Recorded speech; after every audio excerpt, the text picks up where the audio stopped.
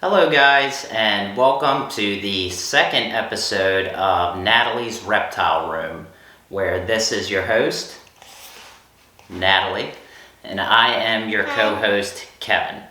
Today we are officially getting into the snake part of our collection. Daddy, What we have... do you hear that? Yeah. What we have here today is Natalie's Brazilian Rainbow Boa Iris. She is still pretty young. These are snakes that can get like 4 to 5 feet. But if you guys watch any YouTube channel or YouTube video that goes over like the world's most beautiful snakes, I would say 90% of them you will find a Brazilian Rainbow Boa in them. So why don't you tell everybody a little bit about Iris? So Iris is a good boy, and Girl. Iris is a good girl, and Tell him she's just about to shed.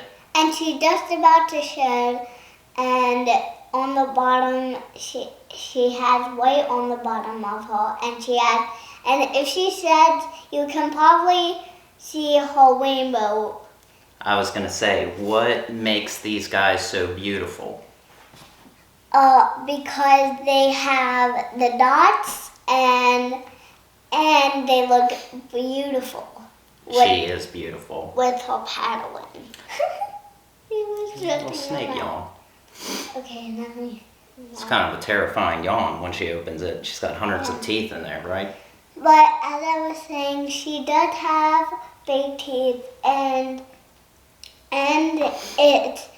she opens her mouth. That means she's stretching her mouth or yawning really big, and it's kind of scary because she has a bunch of sharp teeth in her mouth, and she is beautiful, and I love her.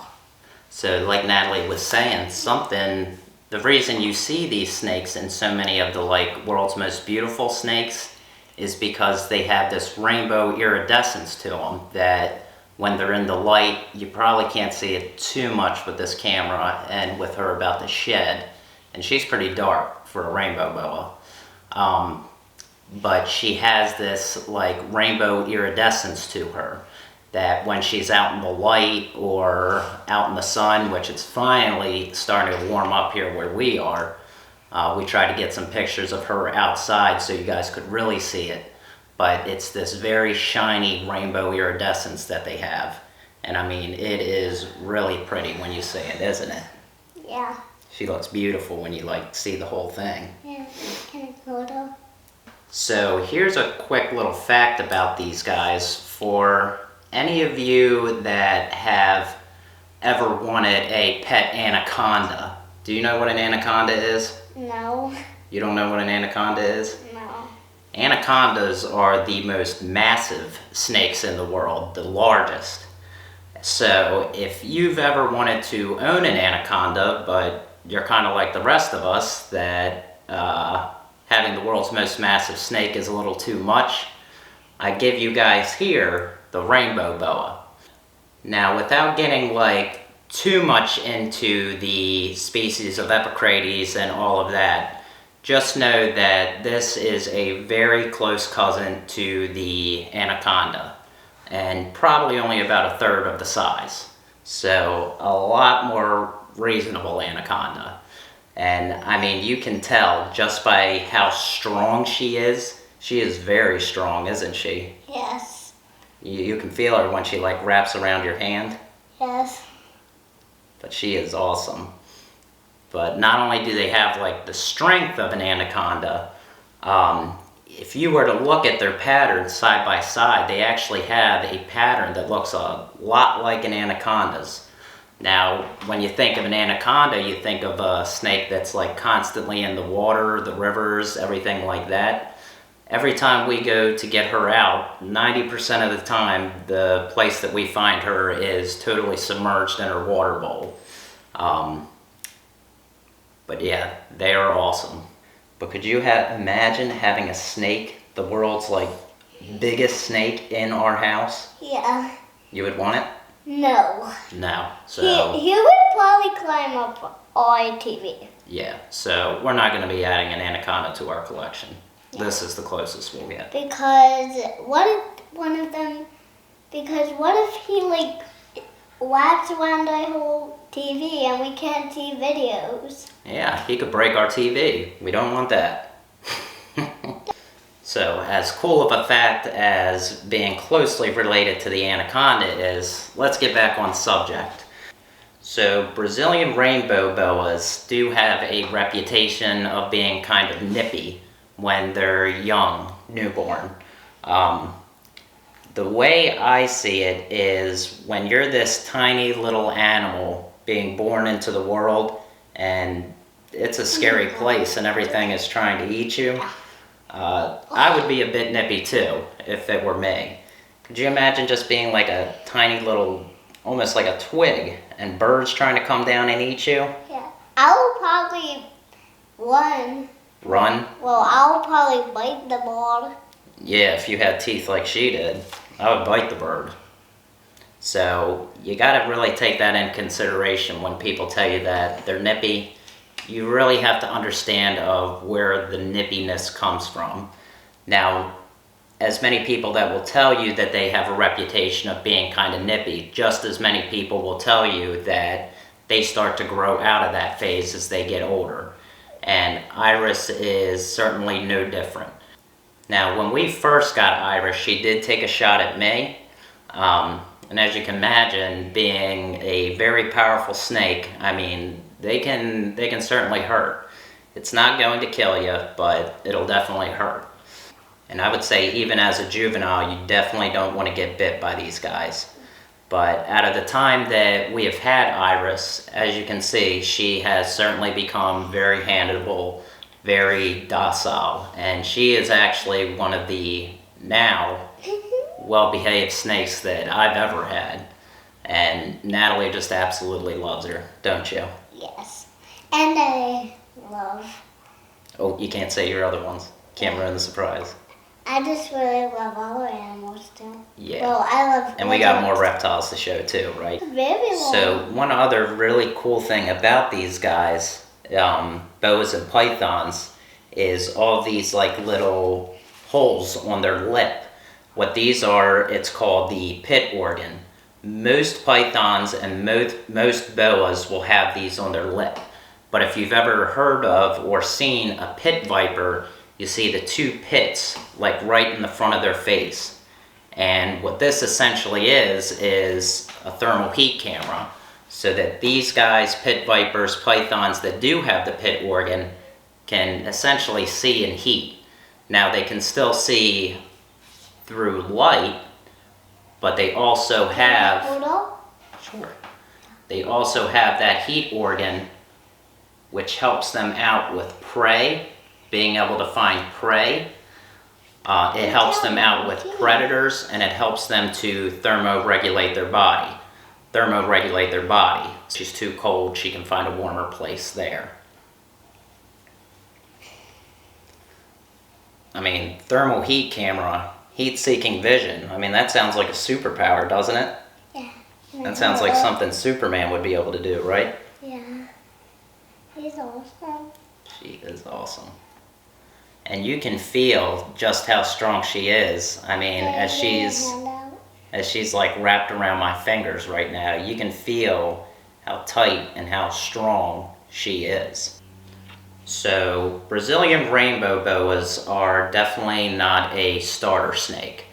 Not because of being nippy, not because they're aggressive or anything like that.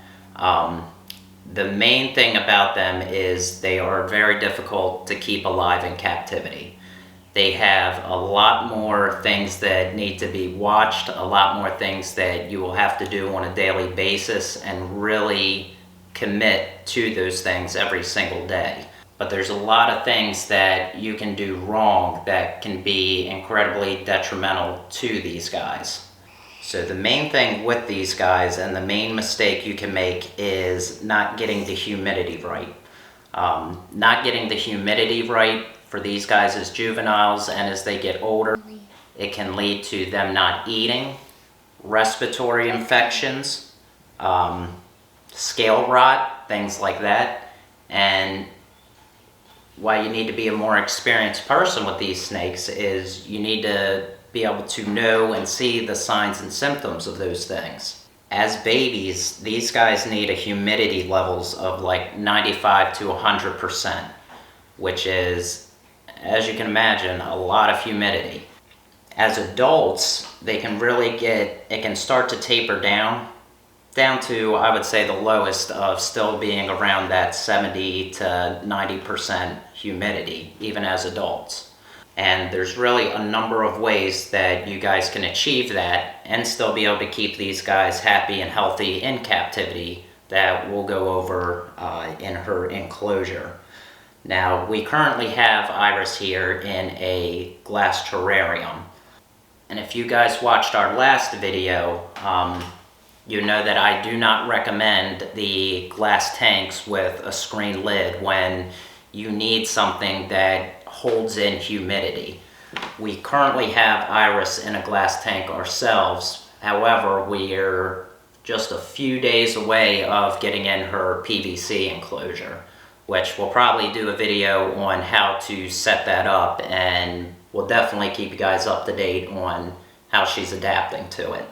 Now, although that these guys are not an anaconda, they're a much more reasonable anaconda, you could say, is they are still a big snake. These guys can still get up to 5 to 6 feet. So as far as an enclosure, we have a 6 foot by 4 foot PVC enclosure coming in. I would say that the bare minimum that you guys should do is a 4 foot by 2 foot high enclosure. They are semi-arboreal. You don't have to be in my face so much. These guys are semi-arboreal. However, I don't think we've ever caught Iris. I don't think we've ever caught Iris climbing on anything.